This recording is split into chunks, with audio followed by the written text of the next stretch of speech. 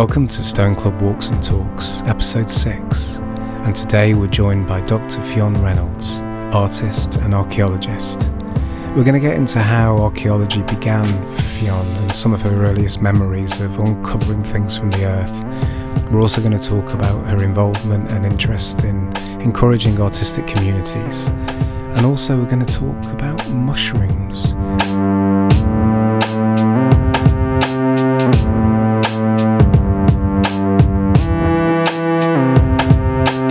It's my great pleasure to welcome Dr Ffion Reynolds, artist and archaeologist, to Stone Club Walks and Talks today. Ffion, great to see you. Hi there, how are you doing, Matt? I'm really well, and I'm really excited that you're joining us on the podcast because you've long been a friend of Stone Club. So let's start with the archaeologist bit, because you're actually our first archaeologist guest on Stone Club series so far, and I'm really interested in where your interest in digging old things up began. Do you remember the first time that you unearthed something, or that you were sort of bewitched or entranced in some way by rediscovering the past, however ancient or modern?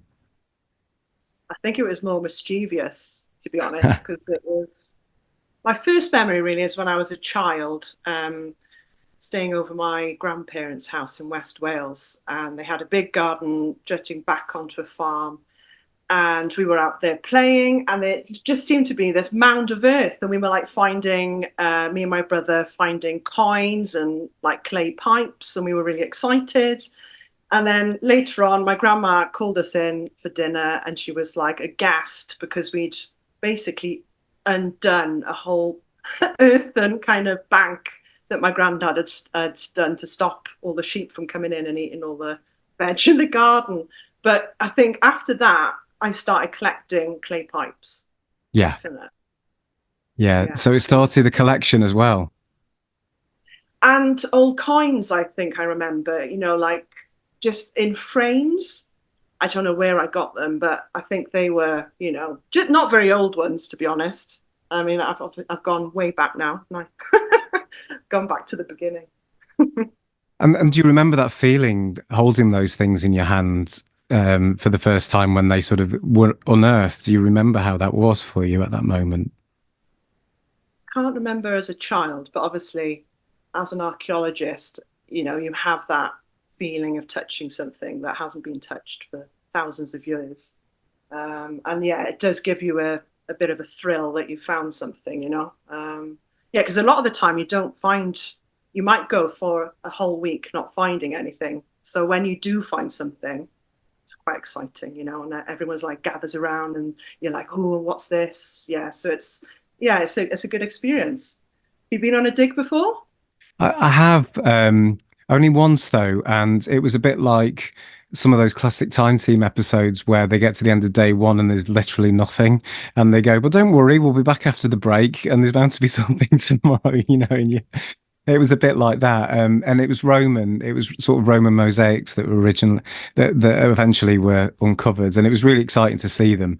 But at the end of day one was just kind of like a mud fest, and not very hopeful that there was going to be anything really. Well, you should come and dig with me. Yeah, well, I can't wait. I'm definitely up for that. So becoming an archaeologist, there's quite that's quite a journey. You start off with the clay pipes and the coins and so on. Do you remember? I mean, did you want to become an archaeologist? Did you accidentally become an archaeologist? Was it a quest that you'd sort of considered over the years, or did you just think, yeah, I'll give that a go? What brought you into it all as a profession? Completely by accident. So I remember sitting in a common room in sixth form and just flicking through the UCAS book, and it landed on archaeology. So I literally just didn't know what I wanted to do. But I think archaeology really is one of those subjects that if you're interested in something, you can veer off into different specialisms.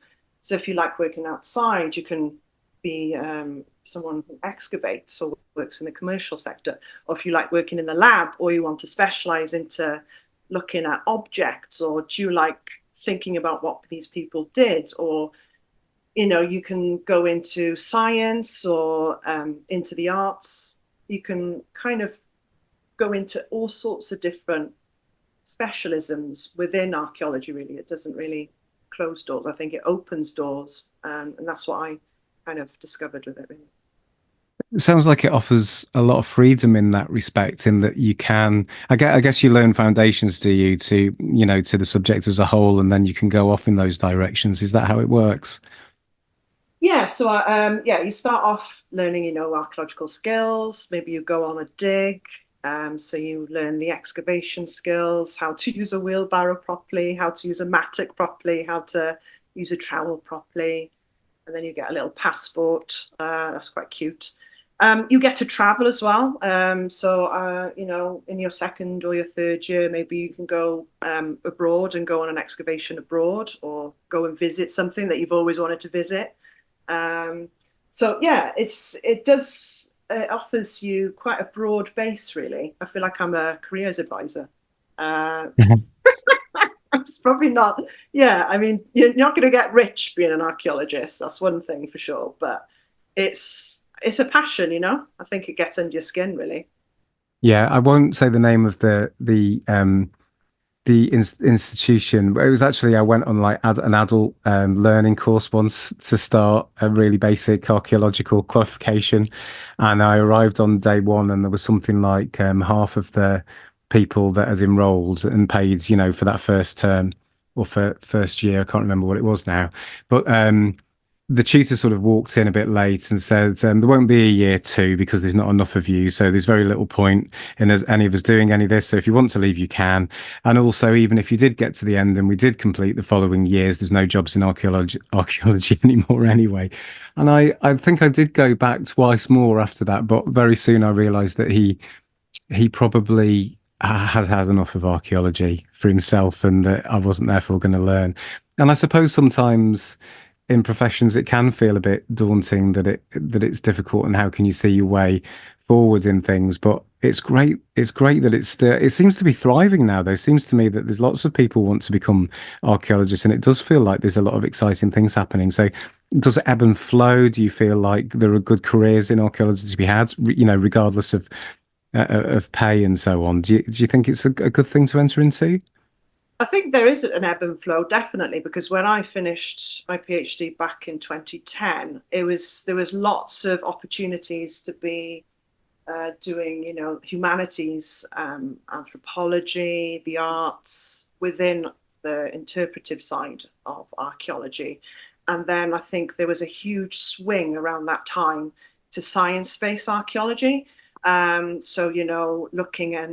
Looking at pottery, looking at teeth, looking at isotopes.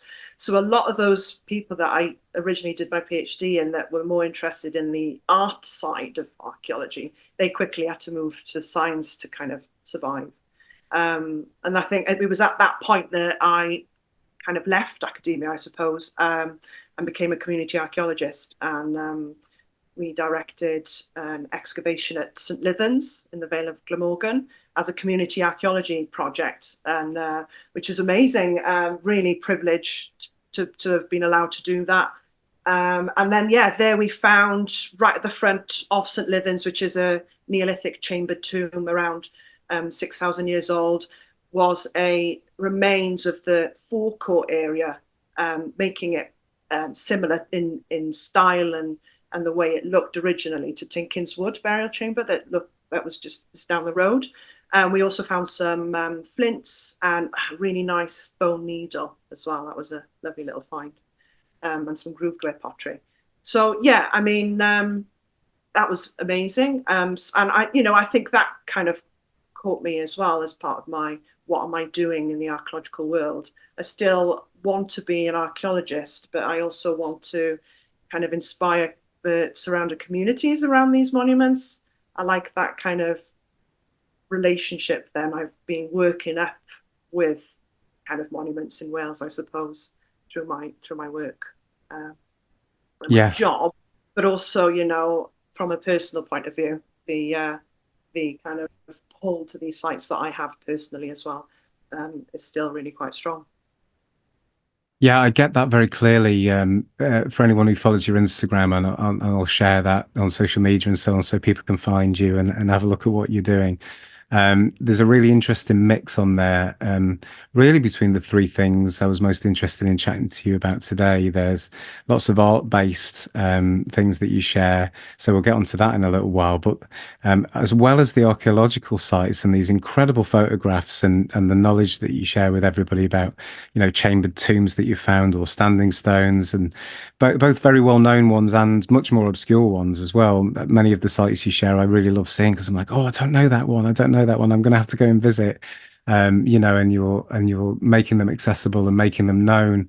I don't think it's going to raise stampedes to them, but it's really lovely to see people finding out about lesser known sites that they might have to work a bit harder to go and find. And it helps enormously with that. But the other thing that you're sharing a lot of is much more nature-based. Landscapes are obviously interesting to you. Connection with nature's obviously really interesting to you, and particularly mushrooms, it seems, is yeah, is it maybe it's not a recent obsession, but it's something I've noticed you posting about more and more. And the photographs are incredible. Some of these things you're finding, some of these living beings, these alien looking beings. So where did that all begin for you as well? So we've got the sort of archaeological journey and how that began, but the interest in mushrooms insights, and are the two connected? Is your interest in archaeology and mushrooms connected in any way? Definitely for me is completely entwined.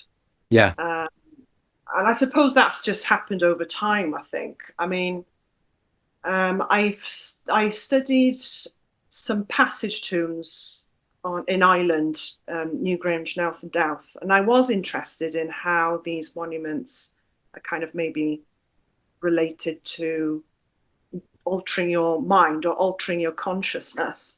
And was that happening through the use of mind-altering drugs, or was that being used just from altering your mind, I suppose? I mean, in the modern sense, people see a marathon as a really good way of altering your mind that doesn't have any hang-ups to it.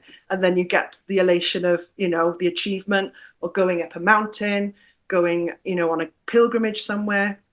All these are ways that we change our minds that are allowed, I suppose. But, there are other ways of changing our minds: drumming, chanting, dancing, staring in a mirror for a long time, staying in a really dark place for a really, a long time, which could have been happening within these chambers, because they are enclosed and you're sitting somewhere in the dark for ages and ages and ages. You might start seeing things.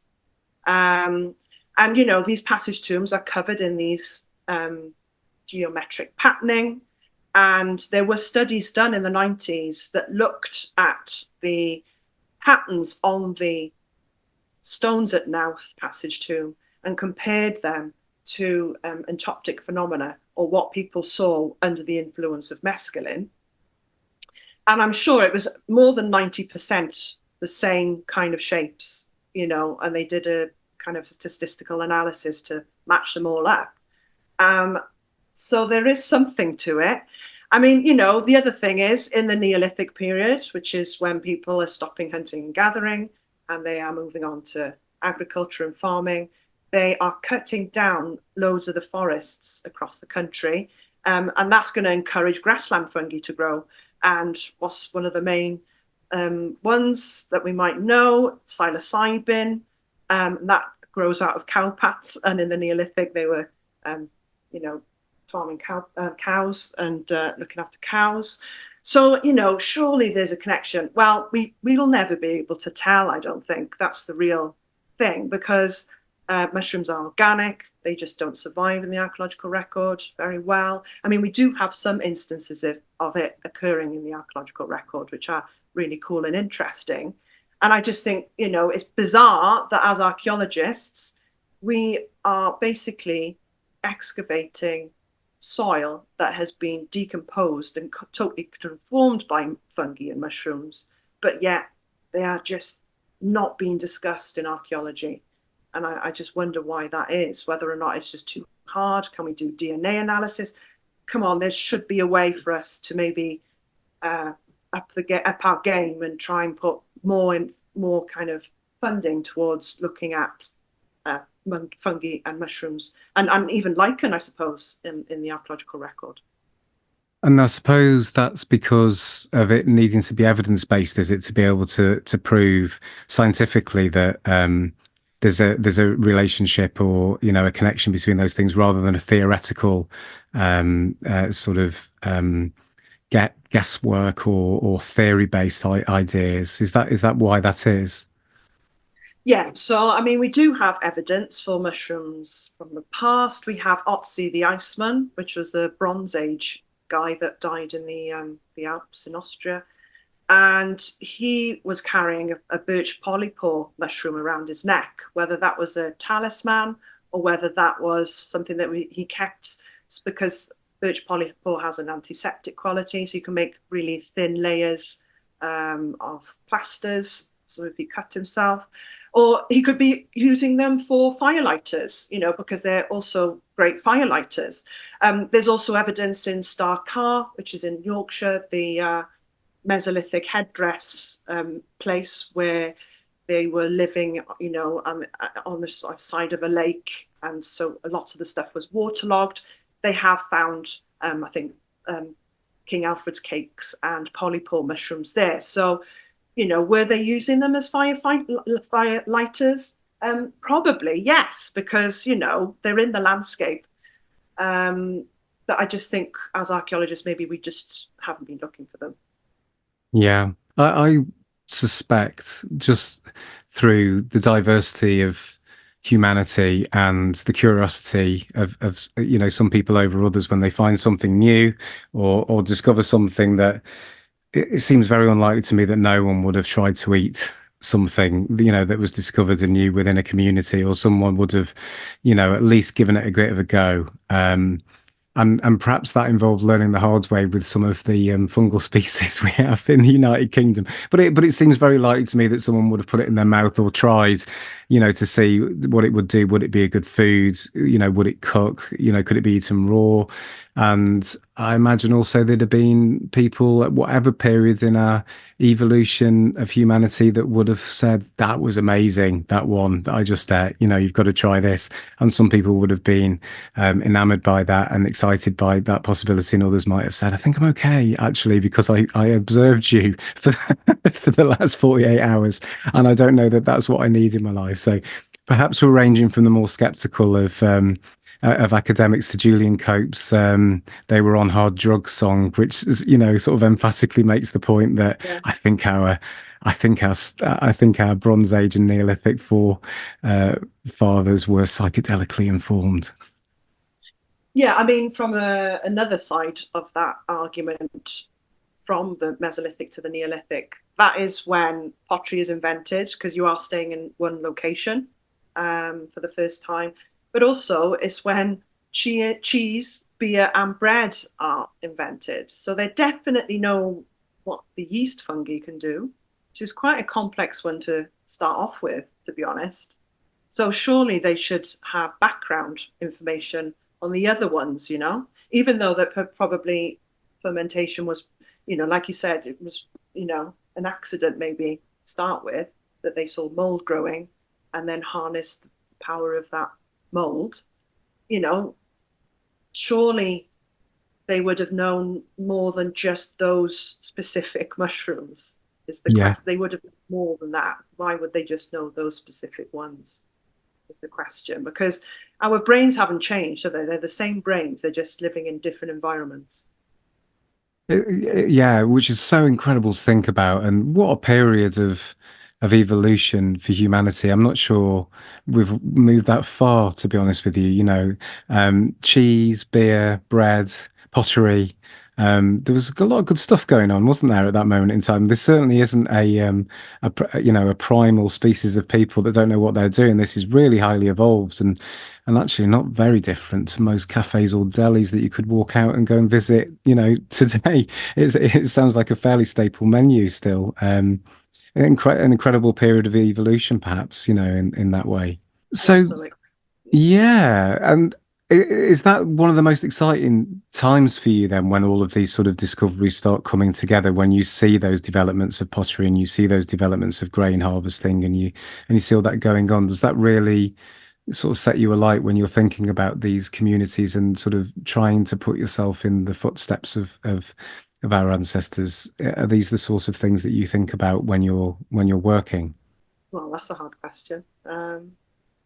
I don't know. I mean, I love being outside, and I love exploring. And I think that's similar connection between archaeology and mushrooms for me as well, because in archaeology, the whole point is potentially to find Yeah. something new, or to interpret something in a different way, or to find an object on an excavation. It's that act of finding that I really enjoy. And with the mushrooms, it's a kind of, if I can't find any archaeology, I can just go out and find a mushroom, and I'm probably more likely to find a mushroom, to be honest. So I can have that feeling of finding, of exploring and finding something. I think that's what drives me really, finding something new or thinking about something in a new way, that then opens it out so that we can understand things in a more interesting, but also maybe in a deeper way than just from a scientific archaeology standpoint.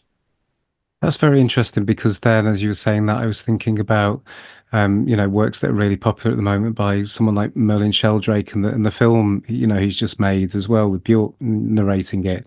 And, we've had that over the last few years as well between tree species and how they communicate with each other, and how mycelium networks, aid that process or actually are essential to that process in terms of communication between tree species and how they support each other. And this ecosystem goes way beyond, simply something that's biological. There is a communication aspect to it that's really clear, and very long lasting as well, within human frames and human timelines. Just sparked an idea that perhaps our ancient sites are also connected by mycelial networks, or blind springs or water sources and so on are all part of that same network. I'd love to see a sort of illuminated map of ancient Britain connected by mycelium. I don't know if that's possible or whether it's even true, but it's a nice idea, isn't it? Like that slime mold Tokyo thing that they did, where they replicated the train stations in Tokyo by putting food on all the train stations, and then the slime mold just found them all and just replicated the train network. I was like, whoa, that just blew my mind when I read that. Exactly. And it did it in, I can't remember how many years it is to refine the Tokyo tube system and how quickly the slime mold did it. But it was just an incredibly fast process, wasn't it? And it did it even more effectively than we've still managed to do, after all the things we've learned. That's also an interesting point, what you just said there, I think, as well, because the figurative and the way in which things can be expressed and shown and connect with people. Because the other area, as I mentioned earlier, is the arts and the visual arts, but also performative arts, and you're a printmaker, an artist in your own right. This is another really important side to your work, and your print's fantastic. They're hanging on the walls here. I can highly recommend them. But they're another way of seeing and knowing and experiencing and documenting, very different than writing an archaeological report. I spent years reading all of the different books that T.C. Lethbridge wrote after he professionally retired as an archaeologist. But what I loved about his very early archaeological journals that I managed to pick some up of years ago was his drawings, and these drawings on site and the way in which he'd interpret these things, quite simple line drawing illustrations. So I think there is a tradition there of, bringing them to life by drawing them and bringing them together. But it's gone beyond that for you. I don't, as far as I'm aware, he didn't exhibit, but you have, and it seems we're back to that word community again, because as you described the archaeological community before and community digs and getting local people involved to sites, the artistic community and how that engages with the wider community generally. That seems huge for you. It really comes across very strongly. So, has that just developed over time, or have the arts always been there too? Yeah, so I think it's developed over time and developed through confidence, I suppose, like starting with something small and then developing it and adding a little bit, adding a little bit. But I think the main site that I've been working at over the last 10 years is Bryn Celli Ddu, which is the passage tomb on Ynys Môn, which is aligned to the summer solstice. And over the years, we've had excavations in the landscape. And, we've discovered all sorts of different things that has kind of shown how Bryn Celli Ddu doesn't sit in isolation. And these monuments do sit in kind of ceremonial or ritual landscapes. And as part of that work, I do want the local people and the local community to come and reconnect with these sites. Because 10 years ago, when I started doing this, hardly any Welsh people, I really don't think they really knew what Bryn Celli Ddu was. And like you say, with this kind of, there has been a bit of a revival in this, where lots more people are much more interested now, 10 years later. And these links between all these things are all coming, back maybe. Because Yeah. 10 years ago, like I said, things were moving to the science. So I think now it's kind of starting to come back. It's really exciting, really excited about it. And yeah, we have been doing artists in residencies at Bryn Celli Ddu as part of that archaeology project, working with various craftspeople, and just telling the story of that period and that landscape, really, in innovative ways, because I think by using the art, we can get to way more people than through archaeology. I think if you start from the art perspective and then bring people into the archaeology, you're more likely to get them interested in archaeology, because archaeology is so vast and so big. It's really hard to get your head around it. I mean, it took me years to know, these deep timelines. It takes you back, millions of years to the fossil age, all the way through to human culture and the first human ceremonial burial, and how that, it all slotted in. I remember when I was in uni, it just slotted one day, and I was like, oh my God. I can see the timeline. So I've got a bit of a photographic memory. But yeah, so I think, yeah, that is a passion. And, I'm really excited that hopefully we can bring this project that's kind of got a bit of a template now and move it to other sites across Wales. Which is so exciting and I think really encouraging as well because it that collaboration between those different worlds and also those different levels of expertise, in those different worlds as well. You could be somebody that's made a piece of art for the first time and you want to join in and you're able to give space for that in some of the exhibitions alongside much more established artists that perhaps have galleries that represent their work. And to me, that's very similar to what you were talking about with archaeology. You could be, someone that's much younger on a community dig, and almost have that moment that you had with the clay pipes and the coins, and think, "Wow, this is incredible." And it does require both a passion and a generosity of those people in positions to enable that to happen and to be able to inspire.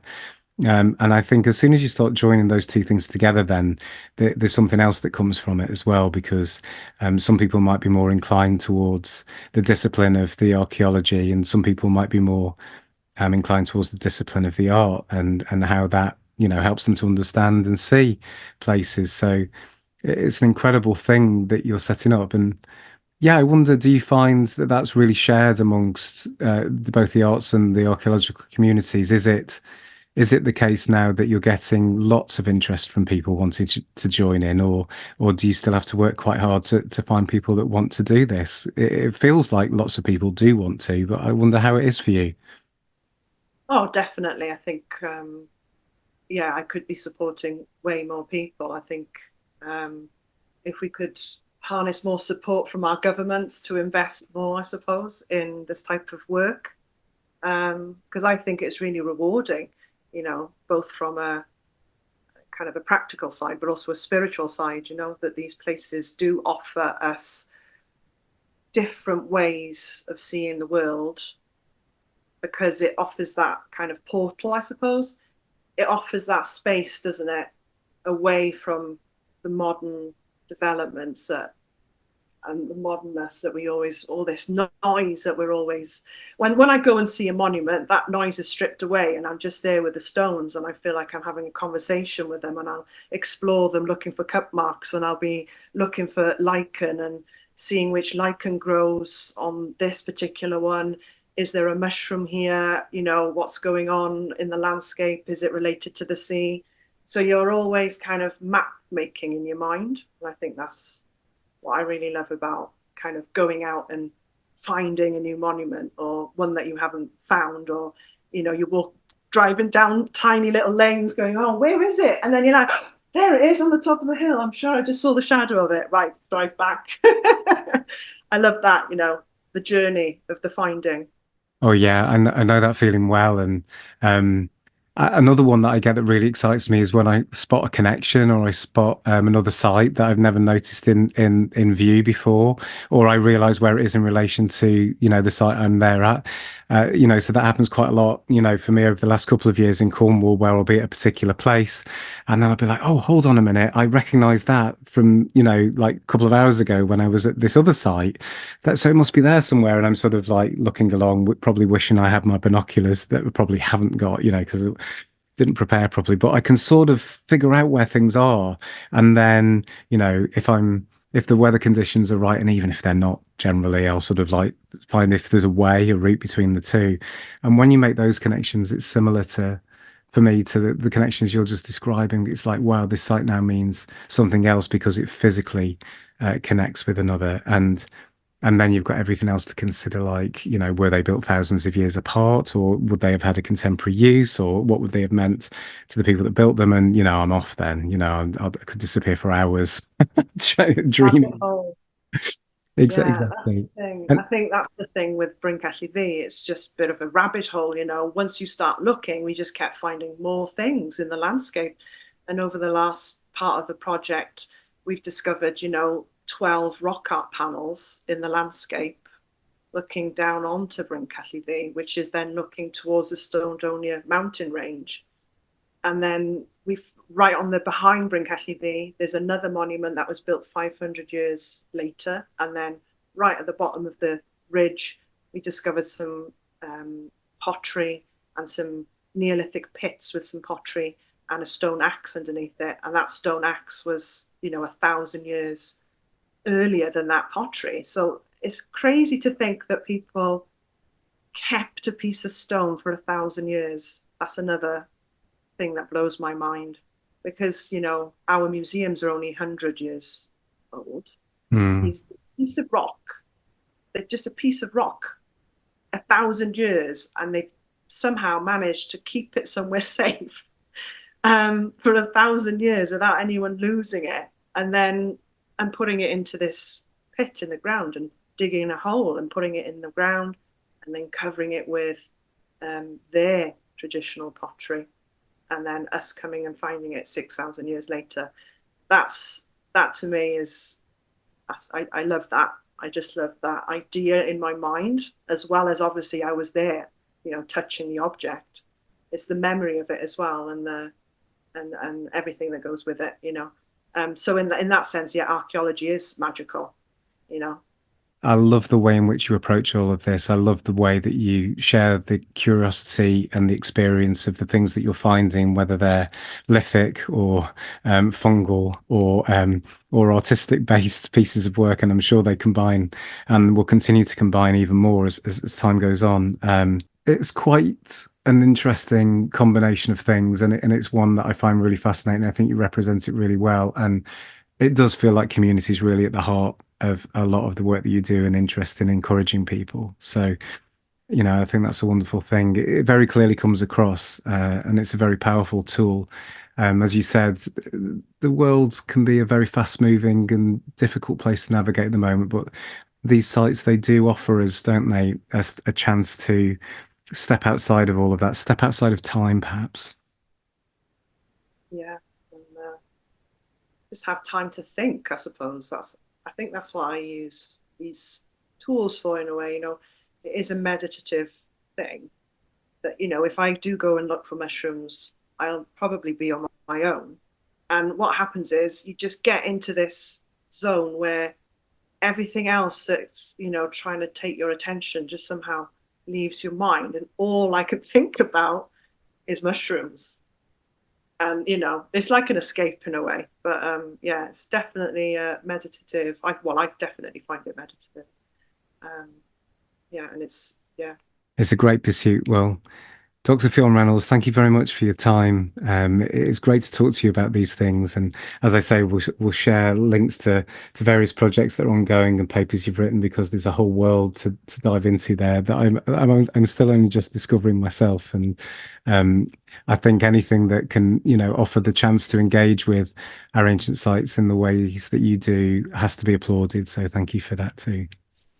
Thank you very much, Matt. Thanks for listening to Stone Club Walks and Talks. You can find us in all the usual places, Instagram, Twitter, and of course our website, stoneclub.rocks. And don't forget to like and share the podcast. We'll be back soon with another walk and another talk. Goodbye.